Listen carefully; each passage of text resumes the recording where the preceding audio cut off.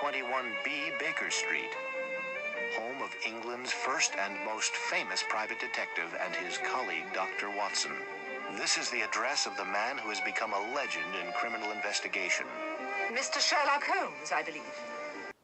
I missed Granada Television's 1980 initial run of Sherlock Holmes, which aired from 1984 to 1994. Starring Jeremy Brett as Conan Doyle's classic literary consulting detective, it was a staple of British TV schedules for a decade. Co-starring firstly David Burke and then Edward Hardwicke as Holmes' friend and colleague Dr. Watson, this show was a sublime blend of period drama, serpentine mystery and cunning crime story. The whole production was a masterclass, from its amazing sense of period detail, costumes and sets, to the impeccable casting. It was a high watermark for British TV drama.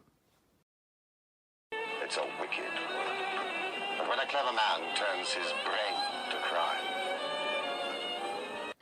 But my attention here is more on the amazing transformation of Jeremy Brett into Sherlock Holmes than the programme itself. Brett, for me, is the total embodiment of the literary Holmes. His physical frame, slim, wiry even, lends itself perfectly to the images I recall gazing upon from the Strand magazine. He effortlessly captures the walk, talk, moods and mannerisms of the eccentric detective. I say effortlessly, but that is to do the man a great disservice. It must have taken enormous concentration, time and dedication on his part to make so complex a character come across so completely instinctive and natural. Watching Brett lean back in his armchair at 224B Baker Street, feet crossed with his long slim fingers pressed against his temples, you felt the very weight and strain of thought going through his machine-like mind. The cogs and wheels seemingly audible as he pushed every sinew of his being to the limit in solving the puzzle before him. As if in a trance, Brett would seemingly lift himself to a different, higher plane of consciousness than all around him. Then suddenly he would let out a snort of recognition or disapproval at his surmisings, or a throaty, playful chuckle of exuberant laughter.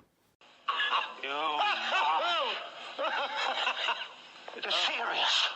Yes, yes it is. Very serious indeed. Holmes' eccentric behaviour, from moody demeanour, disdain for the ordinary and dismissive air, are all perfectly captured, as are his bursts of frantic excitement and leaps of boundless energy when the case was afoot. With his sharp, precise movements and spring of step, he seemed more animalistic than human at times. Brett's face was always perfectly in tune with his emotions, whether in between cases, sullen with the tedium of everyday things, bored with the never-ending piffle-paffle which crossed his mental path, or ablaze with eagerness and adrenaline-filled when he was intoxicated with solving a problematic conundrum. The tone of his voice is also as I imagined the literary Holmes to be, pointed, precise, logical, economical, with the air of self-conceit, impatience and indifference, but also extremely mannerly and considerate. My favourite scenes in the series are Holmes in the field, as I like to call them. Brett let loose in his element, as it were, straining his eyes over a fading set of footprints, a careful examination of a broken branch in a garden hedge, or magnifying some seemingly innocent scratches to a stone dyke wall. So to sum up, I think Jeremy Brett's incarnation of Holmes is quite simply perfection, or as close to perfection as the iconic detective would dare to say he achieved in any of his undertakings. Holmes has had many actors play him on stage and screen, but nobody has brought the man so authentically and beautifully to life as Brett. It is a masterclass in acting and a joy to behold for everyone who loves Sherlock Holmes. Jeremy Brett, we salute you. London in the 1890s. 221B Baker Street, home of England's first and most famous private detective and his colleague, Dr. Watson. This is the address of the man who has become a legend in criminal investigation. Mr. Sherlock Holmes, I believe.